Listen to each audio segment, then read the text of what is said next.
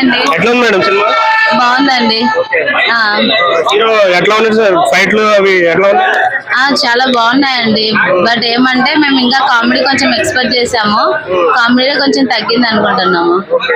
So mother sentiment ఎలా ఉంది? బాగుందండి. మదర్ సెంటిమెంట్ ఈ మూవీలో బాగా గట్టిగా పెట్టినాడు.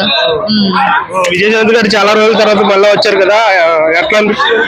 విజయశాంతి గారే ఎప్పుడు ఎవరీ గ్రీన్ కదా, తన యాక్టింగ్ ఎప్పటికైనా కానీ అందరు ఫిదా అవ్వాల్సిందే. తన ఏజ్ ఏమి అనేది కూడా ఎవరు చూడరు, తను యాక్టింగ్ మెయిన్ ఇంపార్టెంట్ కదా. సూపర్ తను.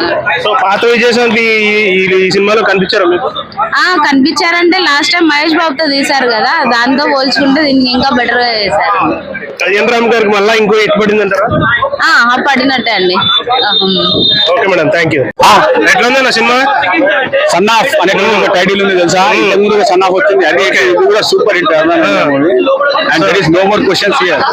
First look, first teaser, first poster చూడంగానే అనుకున్నా సినిమా హిట్ అని. అర్థమైందా? నీ కళ్ళ కన్నా కూడా మళ్ళీ పోయి చూడు సినిమా. సో ఇక్కడ కళ్యాణ్ రామ్ గురించి మనకు అంతా తెలుసు. సో ఇందులో విశేషం ఏంటంటే విజయశాంతి గారి యాక్టింగ్ ఎలా ఉంది?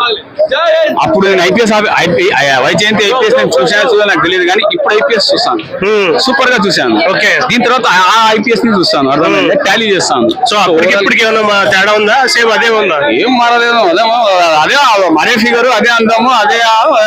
మరి నాన్నగారు కూడా చూసారు, చూస్తాము. సో తల్లి కొడుకులు ఎమోషన్ సీన్స్ ఎలా ఉన్నాయి?